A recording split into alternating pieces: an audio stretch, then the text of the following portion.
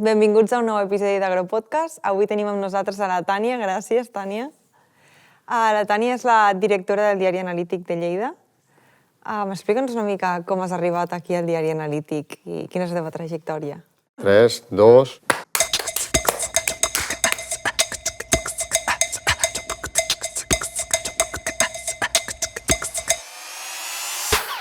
Molta trajectòria, tampoc tinc com a tal, però sí que és veritat que jo realment vinc d'estudiar periodisme. Una mica els inicis ja van anar cap aquí, però és veritat que a mi el que m'agradava més era el món del màrqueting, comunicació, etc. Llavors, el que vaig fer una vegada em vaig graduar va ser començar amb una agència de màrqueting, d'estratègics d'aquí de Lleida, i vaig estar, de fet, continuo estant treballant allí durant 8 anys. Però sí que és veritat que al final nosaltres anem parlant amb empreses, portant-los la comunicació, tot el tema del màrqueting a nivell digital, i veiem que hi havia històries d'empreses de la zona que dius, ostres, aquestes històries no les coneix la gent, seria molt xulo poder-los donar més difusió, no només a nivell intern, amb les seves estratègies de màrqueting, sinó també a nivell extern. I va ser aquí una mica com se'ns va acudir la idea de, ostres, i per què no muntem un diari, un mitjà de comunicació on pugui donar a conèixer totes aquestes històries. I parlant, vam dir, ostres, doncs, que sigui un mitjà econòmic, Color Salmó, Color Salmó tothom el reconeix com a mitjà econòmic, però centrem-nos sobretot en temàtica Lleida, en parlar de les empreses de Lleida, què és el que passa aquí, com es mou l'economia, no tant a nivell números que també, sinó sobretot a nivell empreses, què és el que es fan, com es mouen, i a partir d'aquí, el que va ser una idea una mica romàntica al principi, vam aconseguir tirar-la endavant, jo em vaig ficar al capdavant des del principi liderant el projecte i sobretot acompanyada d'un equip de periodistes i d'experts del món de la comunicació fins a arribar a dia d'avui. Que guai. I què tal tornar als inicis del periodisme? Bé, sí que és veritat, canvia molt, perquè al final no és el mateix el màrqueting que el periodisme, però jo sempre ho dic, no sé quantes vegades ho he repetit ja, que quan parles de periodisme i de màrqueting, al mig hi ha la comunicació, l'objectiu és el mateix. Al final és donar a conèixer el que tu vols comunicar al màxim nombre de persones possibles. Per tant, jo crec que ja tenia aquesta part d'experiència a nivell de comunicació, per tant, no ha estat tampoc començar de zero. El que sí que aprens és una mica com funciona un altre sector que no és el d'agència. Que guai, molt bé. I quins reptes us heu trobat a l'hora de crear el diari? Perquè sí que, com has dit tu, és romantitzar una mica la idea, però quan la materialitzes, quins reptes us heu trobat? Bé, sobretot jo crec que és difícil, i no crec que sigui tant a nivell mitjà de comunicació, sinó que entenc que passa amb totes les empreses, és difícil començar de zero un projecte, una idea, una empresa o un diari en el nostre cas. Clar, vulguis o no, al final a Lleida els mitjans de comunicació ja existeixen, n'hi ha molts que tenen 20, 25, 30, els anys que sigui, per tant, posicionar-se quan ja hi ha tants mitjans al teu voltant és molt difícil. Per això va ser una mica la idea també de no anem a fer un mitjà convencional, anem a intentar parlar d'aquelles coses que potser no s'expliquen en altres mitjans o que sí que s'expliquen però que per tant no ho poden fer potser amb tanta profunditat. Llavors era el repte aquest més de fer-ho diferent, intentar buscar una forma de fer diferent a lo que fa la resta. Per això el que dèiem també és, no anem a publicar la notícia com a tal de què és el que ha passat, que també, però sí que intentem d'allò que ha passat intentar-ne extreure conclusions, informació de valor, intentar desgranar tot el que es pugui per, al final, una mica l'objectiu era que l'empresari professional que llegeixi l'article, el reportatge, pugui dir, ostres, amb això sí que aprenen, m'estan donant idees i puc prendre decisions. Era una mica aquesta la idea. Molt bé. I dins del diari teniu un sector, una part que és agro, no? Sí, correcte. De fet, la part agro, estem a Lleida, hem de ser realistes, és una part molt important. Al final, portem un any i mig del diari, però... I penseu que portàveu més? Un any i mig. Sí, des del desembre del 23. Doncs déu-n'hi-do la feinada, un Correcte. any i mig, jo crec que ja l'esteu posicionant. Ja comença, la gent comença a saber què és. Jo crec que sí, no? Ojalà més, no? Al final l'objectiu sempre és anar més, però bueno, al final jo crec que amb el que dius tu, amb un any i mig hem fet feina. També és veritat que al ser, bueno, doncs tenim la part digital, no? Doncs que si amb la web, mail marketing, xarxes, al final tot això és una mica el meu món, Sí. és el que jo conec.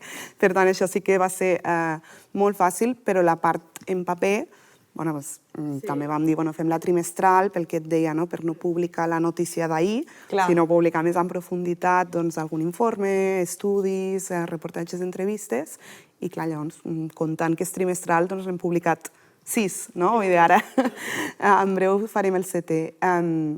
Doncs aquí sí que és bueno, doncs anar aprenent i veient una mica com es fa tot i, evidentment, que el proper número sigui millor que l'anterior. Claro. Jo recordo la primera vegada que em van presentar un diari en paper de l'analític, que jo estava aquí a la FEMAC treballant i van venir a visitar-nos i ens van dir, hi ha un nou diari, us el deixo, i era l'analític.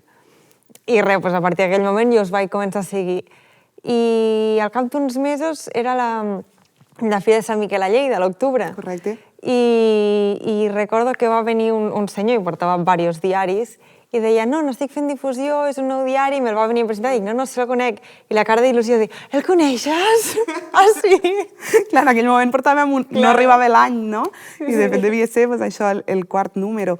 I a mi em fa il·lusió ara mateix que m'expliquis això, perquè veus a poc, no? Doncs sí, mira, un cop me'l van presentar, el següent ja el tenia vist no? I ja el vaig llegir o el que sigui, i ara, doncs, a poc, doncs, la feina que potser s'ha fet amb tu, no? Que serveixes d'exemple, doncs també és una mica la que s'està fent amb diversa gent del sector. No, i la veritat és que està molt bé perquè és el que dius tu. Per tenir la notícia d'ell ja tens un altre diari, ja tens un altre mitjà de comunicació. Però per tenir una visió global del que està passant al territori, doncs està molt bé. Sí, que no els desmereixo gens, vull dir que no sembli tampoc... Són dues maneres diferents. Són maneres diferents de comunicar. Al final creiem que era un espai també que vam estar mirant i a Lleida com a tal no existia. Sí que hi ha altres mitjans... A Lleida hi ha molts mitjans que cobreixen el que és el dia a dia. A nivell Catalunya hi existeix algun mitjà de caire només econòmic que al final cobreix més a nivell general, també evidentment hi ha a nivell nacional o inclús altres regions, però el que era Lleida ciutat o Lleida província, doncs veiem que dius, ostres, aquí tenim un espai buit que potser es pot ocupar. Llavors, doncs bé, és això, no? Poquet a poquet donant-nos a conèixer i que la gent, doncs, sobretot, validi la idea, no? Parlàvem abans de reptes, jo crec que un dels reptes més importants és sobretot que la idea encaixi, no? Perquè a mi em pot sonar molt bé, dic, ostres, això, vinga, tirem endavant, però després potser ho presentes i et diu, ostres, doncs, no hi ha qualitat o el que sigui, o no m'agrada o no m'interessa. Però bé, de moment veiem que amb aquest anyet la gent crec que també té ganes de saber el que dius tu, més en profunditat què és el que passa. Sí. Per tant, contents. I de la part agro, quines notícies destacaries? O sigui, què és el que s'està veient a l'actualitat del sector agrari? Clar, a veure, de la part agro és el que et deia. Al final, Lleida, una gran part de l'economia de la nostra zona ve del món agro, el sector agroalimentari. Per tant, hi ha moltes notícies relacionades, moltes coses que es poden publicar. Sí que, evidentment, potser n'hi ha algunes que són de més a peu, que no afecten tant a nivell econòmic i que podrien sortir en qualsevol altre mitjà, però sí que nosaltres ens enfoquem més en la part aquesta, ja sigui de resultats de campanyes, o com es busquen treballadors, perquè entenc que és un sector on fa falta molta mà d'obra i, per tant, també són temes que a l'empresari que treballa en una empresa del sector li pot interessar. També el tema de digitalització, crec que és important, de dir, ostres, tothom potser es pensa que a nivell agro potser estan poc avançats o potser és un dels sectors que menys tecnologia incorporen, ostres, te'n dones compte que no és així. No és així per a res.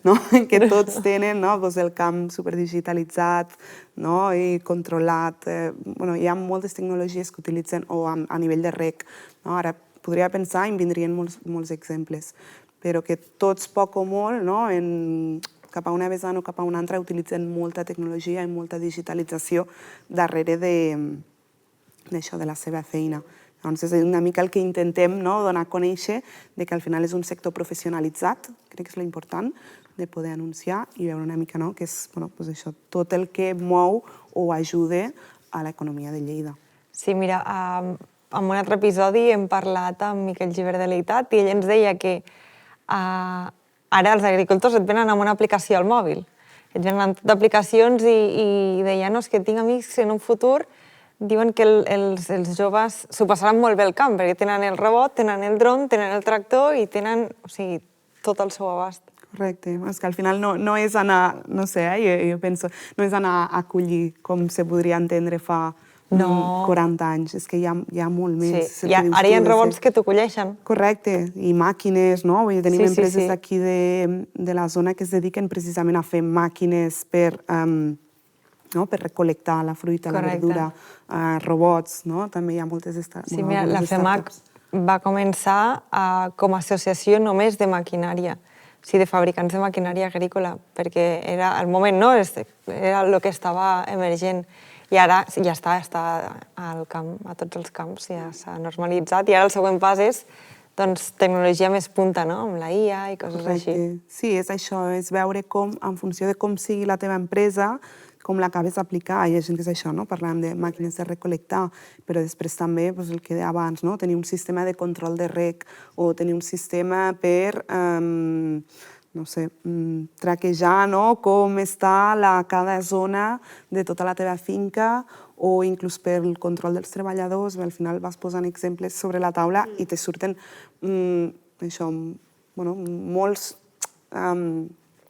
molts punts del dia a dia d'una empresa agro que tenen aquesta part de digitalització.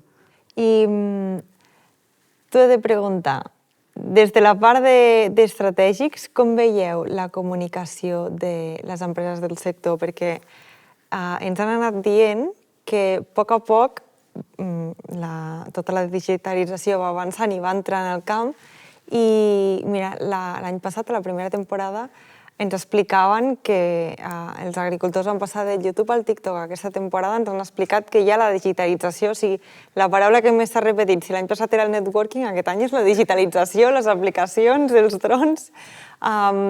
Des d'estratègics, com ho veieu, això? Com veieu tots aquests avanços? Jo crec que sí que s'ha evolucionat molt. Hi ha el mateix, no només en el sector agro, que també, però clar, parlem de que quan jo fa 8 anys que vaig entrar a estratègics, publicàvem a Facebook, no? I parlàvem d'Instagram o anava a fer alguna xerrada i parlàvem d'Instagram i dèiem, ostres, si vas a buscar un públic jove, anem a Instagram, però si no, potser encara no, no? I veies com el discurs anava canviant a poc a poc. També és veritat que hem treballat i treballem per bastantes empreses del sector agro, d'aquí de la zona, i bé, vas veient com a poc es van interessant per, ostres, anem a comunicar la nostra feina a internet, ja sigui amb alguna tan bàsic com fer una pàgina web, no?, per començar, però també anem a anar un pas més enllà. Aquí les xarxes ja serien el següent pas, que és el que dius tu, no? Al final, el sector, i pensant també en el tema més del camp i tot, ostres, té una part molt xula que és veure això, tots els camps o amb la fruita o les màquines passant, això a nivell visual és un espectacle. És molt xulo, per tant, ostres, anem a intentar fer vídeos d'això, anem a intentar, m'ho invento, ensenyar el vídeo d'una màquina passant pel camp, que veus com funciona, o un producte, que tu el tires al producte, pots fer l'abans i el després, no sé. Vaig pensar en idees de coses que les empreses poden comunicar, i tot això, al final, més o menys de forma fàcil, entre cometes, perquè al final fàcil tampoc és, potser si no tens els coneixements adequats, però ostres, tens les eines per fer-ho, no? Internet és gratuït al final, no? És a l'abast de tothom. Per tant, ostres, un TikTok o un YouTube o inclús un Facebook que vulguis o no, potser aquí no tant, però altres països com Llatinoamèrica o Estats Units mateix encara funciona molt. És que tens moltes eines al teu abast que et poden ajudar ensenyar el que fas i que la gent ho conegui. Totalment. I, ostres, i s'interessi pel teu producte o pel teu servei. I ara pensant en veu alta, ara que m'has fet reflexionar, pels associats de la FEMAC, molts ja estan fent ús, no, d'aquests vídeos d'ensenyar la seva maquinària. Quina recomanació els donaries per diferenciar-se? Ara que ja tenen la pàgina web, les xarxes socials, i ja estan començant a ensenyar la maquinària, quin diries que és el següent pas? Aquesta pregunta ja és difícil, perquè al final jo el que et diria és sentem-nos, anem a analitzar el teu negoci, anem a fer una estratègia. Clar, no hi ha tampoc una idea definitiva que valgui per tothom, no? Al final el màrqueting no és apretar un botó i que la cosa funcioni, no? Sinó que en funció també de com sigui cada empresa, doncs es poden ensenyar uns valors o uns altres. Però sí que el que et diré, i jo crec que això és important, cada vegada la gent també se'n dona més compte, però crec que és important recalcar el fet de que tu, a xarxes, a internet, el que sigui, no has tampoc d'anar a vendre com a tal el teu producte, no? A hablar de mi libro, sinó que al final has d'intentar aportar valor.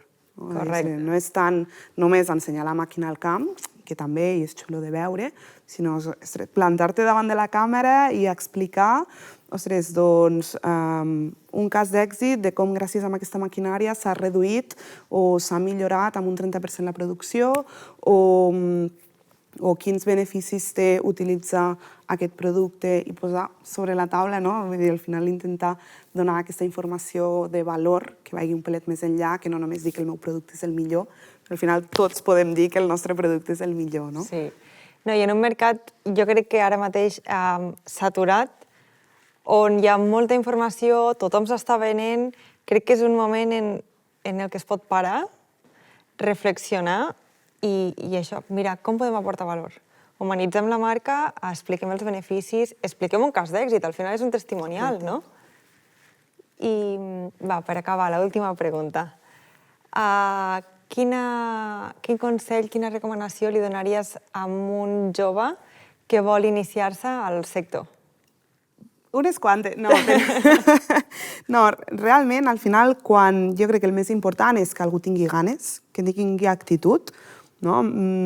Ostres, que vols crear una startup, que vols aspirar a una posició, que vols estudiar i treballar a la vegada, o que vols crear un producte nou, el que sigui, és llança't a la piscina, això evidentment, i tingues actitud també per fer-ho, no? A vegades, jo crec que per una banda hi ha gent que es rendeix molt fàcil, no? De dir, ostres, ho intento una mica i si veig que la cosa no qualla més que no és per mi, ostres, no, és que potser no ho has lluitat prou. No? I les coses al final tarden temps a obtenir els seus fruits. El sector agro jo crec que aquí s'hi sentirà molt representat, però al final és això, a poc amb actitud, no? I sobretot no tenir por, jo crec, al fracàs. Crec que aquest també és un dels temes molt candents en aquest sentit, no? Que la gent tenim por a vegades a equivocar-nos, però és que és així com s'aprèn. Correcte. Per tant, jo et diria endavant, no? Endavant a provar-ho i crec que d'aquí, i sobretot tenint sinergies, no? I intentant aprendre, poden sortir coses molt interessants. Actitud, perseverància i resiliència. Correcte. No hi ha més. Bueno, doncs moltes gràcies per haver vingut. Estem encantats d'haver-te tingut amb nosaltres. A vosaltres. I gràcies a tots per haver arribat fins al final. Gràcies a la Diputació de Lleida per recolzar el projecte. Ens veiem a la pròxima.